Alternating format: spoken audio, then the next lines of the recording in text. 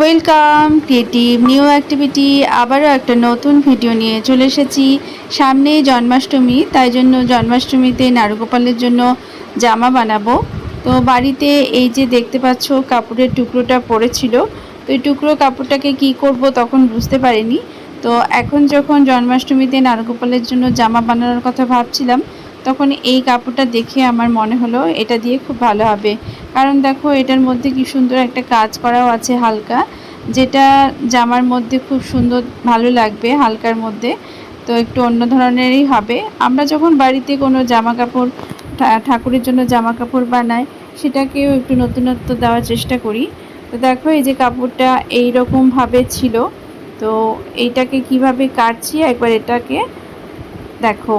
এই যে কাজ করা যে জায়গাটা আছে সেটা নেওয়ার চেষ্টা করব বলে আমি এটাকে এরকম লম্বাভাবে কেটে নিব। তো এখান থেকে দুটো পিস লম্বা করে কেটে নিতে পারবো আমি। তো এই দিক থেকে একটা লম্বা আমি বের করে নিব, আর একটা এই দিক থেকে বের করে নিব। তো দুই দিক থেকে দুটো লম্বা পিস আমি কেটে নিব। এখানে দেখতে পাচ্ছ দুটোতেই একটু হালকা হালকা কাজ করা আছে, তো সেই অংশটাকেই আমি নেওয়ার চেষ্টা করছি।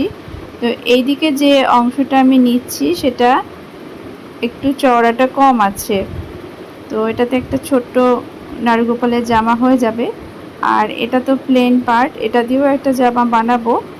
আর এটা যে পার্টটা আমি কেটেছি এটা দিয়েও এটা একটা চওড়াটা বড় আছে, এটা দিয়ে একটা জামা বানাবো। এবার চলো প্রথম যে জামাটা বানাবো সেটা তোমাদের সঙ্গে শেয়ার করি। এই জন্য আমার লাগবে এরকম একটা গোল শেপের একটা লাইলিন থেকে কেটে নিয়েছি, যে পিসটা আছে তারই লাইলিন। তো এখান থেকে এইরকমভাবে একটা গোল শেপ কেটে নিয়ে এটাকে এরকম করে ভাঁজ করে নিব। তারপরে এর মাঝখানে আরেকটা গোল করে নিয়ে আমি এই এই চক দিয়ে একটু মার্ক করে নিয়ে আমি এটাকে কেটে নিব। ভেতরেও একটা গোল মতো কেটে নিব। তো এভাবে আমি এই পিসটাকে রেডি করে নিব। এটা হচ্ছে লাইলিনটা দিয়ে আমি করেছি, যে কাপড়টা ছিল মেন ফেব্রিক সেটা না, এই ফেব্রিকেরই যে লাইলিন ছিল সেটা থেকে এটা কেটে নিলাম।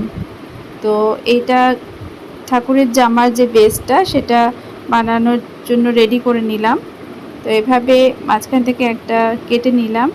তারপরে আমি এটা চারিদিকে এই ধারটা সেলাই করে নিব। আর দেখো যে প্লেন যে কাপড়টা রেখেছিলাম সেটাকে এরকম করে ভাঁজ করে দিয়েছি, সরু সরু তিনটে ভাঁজ করে এটা কেটে নিব এইভাবে। আর এই ধারগুলোকে মুড়ে নিতে হবে। তো এভাবে মুড়ে নিয়ে দুটোকে একসঙ্গে জোড়া দিয়ে দিব একটু বড় করার জন্য, আর একটাকে এমনি রাখবো। তো এই যে দেখতে পাচ্ছ এইভাবে সেলাই করে নিয়েছি, এক ধারে এইভাবে মুড়ে নিয়েছি। আর এই রকম চওড়া হবে আর লম্বা হবে অনেকটা। তো এই যে বেসটা দেখতে পাচ্ছ, এই বেসটার উপরে এই রকম খুব কাছাকাছি করে কুচি দিয়ে এটাকে রেডি করে নিতে হবে। এই এক ধার থেকে শুরু করে অন্য ধার পর্যন্ত পুরোটা এই রকম করে আমি এটা কুচি দিয়ে নিলাম। কতটা দেখো কাছাকাছি কুচিগুলো দিয়েছি, আর একটু হালকা করা যেতে পারে, তবে যত বেশি কাছাকাছি করবে দেখতে ভালো লাগবে। তারপরে উপর দিয়ে আর একটা এরকম করে নিয়েছি, আর তারপরে এর উপরে দিয়ে দিয়েছি এই রকম করে এই কুচির যে শেষটা এইভাবে লেস দিয়ে ঢেকে দিয়েছি। তো এই রকম হয়ে গেল আমার নিচের ঘাগরাটা রেডি।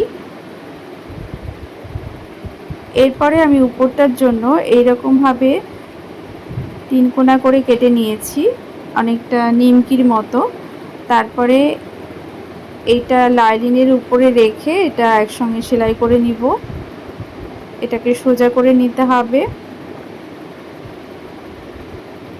এটা দেখতে এখন এইরকম লাগছে। তো এবার উপরের দিকটা আমি এইরকম করে ভাঁজ করে সেলাই করে দিব।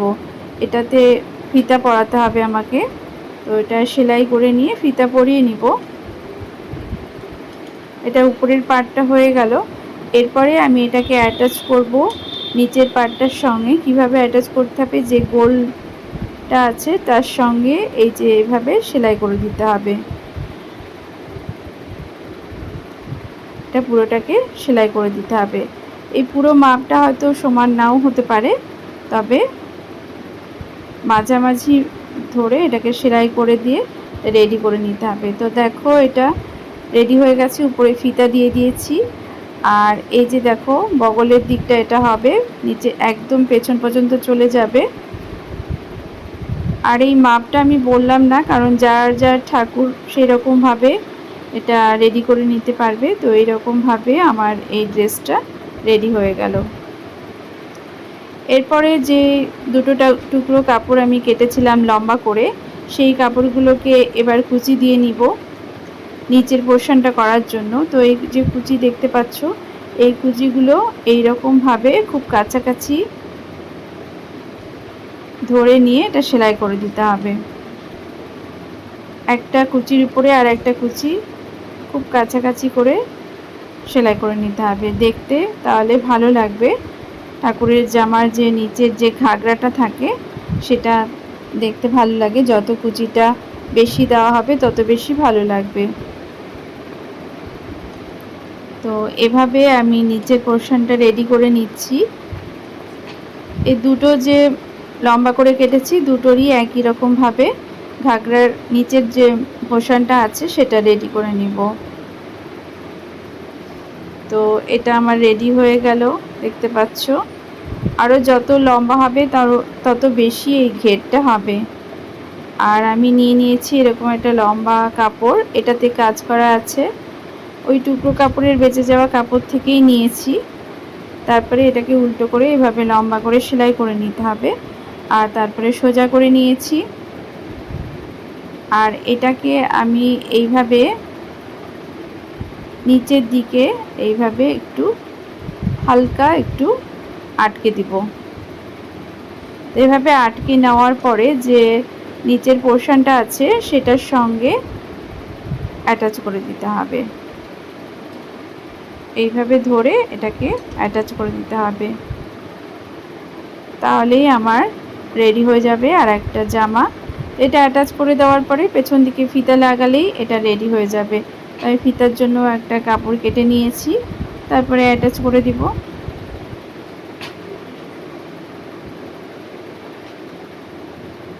এইভাবে ধরে এটা করে নিলেই ব্যাস রেডি। দেখতে পাচ্ছ জামা রেডি হয়ে গেছে। এটা একটা অন্য ধরনের হলো, যেটা আমি সাধারণত করি এই ধরনের জামা, তোমাদেরকে মাঝে মধ্যে শেয়ার করি। তো পেছনের দিকটাও আটকে দিতে হবে। এরপরে অন্য যে জামাটা আছে সেটাকে একটু আলাদা করার চেষ্টা করলাম, যেটা তোমাদেরকে আগেরবার একটা ভিডিওতে দেখিয়েছি। এরকমভাবে কুচি দিয়ে নিয়েছি, তারপরে এটাকে একটা কাপড় দিয়ে এই যে এভাবে দেখতে পাচ্ছ একটা লম্বা মতো কাপড় নিয়ে নিয়েছি। এই কুচিটার সঙ্গে এটাকে অ্যাটাচ করে দিব। এটাকে একসঙ্গে সেলাই করে দিব, দিয়ে এটাকে রেডি করে দিতে হবে উপরের পোর্শনের জন্য। এই রকম জামা তোমাদেরকে আগে একটা দেখিয়েছি। তো যেহেতু আজকে তোমাদেরকে জন্মাষ্টমীর জন্য দেখাচ্ছি 3 ধরনের জামা, তো আজকেও এই জামাটা করে দেখালাম। যদি আগে কেউ না দেখে থাকো তাহলে আজকে তোমরা বুঝতে পারবে। তো বিভিন্ন রকমভাবে গোপাল ঠাকুরের জামা বানানো যেতে পারে। আর আমাদের কাছে তো বিভিন্ন ধরনের যদি টুকরো কাপড় থাকে সেগুলোকে ব্যবহার করেও বিভিন্ন রকমের জামা বানানো যেতে পারে। বাইরে থেকে কিছুই কেনার দরকার পড়বে না, লেসও লাগানোর খুব একটা দরকার পড়বে না। আমরা বাড়িতেই যদি আমাদের কাছে ব্লাউজ পিসের কোনো কাপড় থাকে সেটা দিয়েও আমরা রেডি করে নিতে পারবো। আর যদি তুমি সেলাই করো তো তোমার কাছে টুকরো কাপড় থাকবে, সেগুলো দিয়েও এরকম ড্রেস বানিয়ে নিতে পারো। তো আমার যে কাপড়টা ছিল ওটা তো টেলার্সের দোকান থেকে পাওয়া। তো ছোট ছোট টুকরো কাপড় এরকম টেলার্সের দোকান থেকে কালেক্ট করে নিয়ে এসেও তোমরা ঠাকুরের জন্য নিজেরাই বাড়িতে জামা বানিয়ে নিতে পারবে। তো এটা রেডি হয়ে যাওয়ার পরে আমি এখানে নিচের দিকে একটু অ্যাটাচ করে দিচ্ছি। তারপরে যে মেন যে ঘাগরাটার সঙ্গে এটা অ্যাটাচ করে দিব, তাহলে আমার আরেকটা জামা রেডি হয়ে যাবে। তো এভাবে তোমরাও বাড়িতে বিভিন্ন ধরনের ডিজাইনার যে জামা বানিয়ে নিতে পারো। সেজন্য তোমাদেরকে বাইরে থেকে কিনতেও হবে না, নিজেরাই তোমরা নারুগোপালের জন্য সুন্দর সুন্দর জামা রেডি করে নিতে পারবে। আমি তোমাদের সঙ্গে অনেকবারই শর্ট ভিডিওতে দিই, মানে অনেক জামা কাপড় বানানোর, তো সেগুলো তোমরা দেখতে পারো। এই দেখো 3 ধরনের জামা আমার রেডি হয়ে গেল। এটা আজকে আমি নতুন বানালাম, কেমন লাগলো অবশ্যই কমেন্ট করে জানাবে, ভালো লাগলে লাইক করে দিবে। আজকের ভিডিওটা কেমন লাগলো অবশ্যই জানাবে।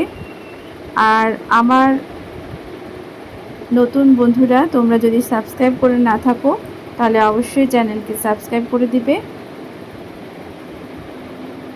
এই তো জন্মাষ্টমীর জন্য আরও কিছু জামা আমি হয়তো ভিডিও আনবো, তো তোমরা দেখতে থেকো।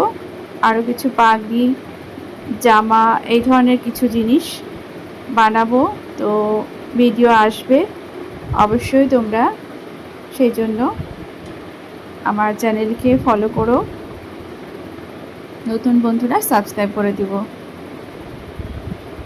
বাই।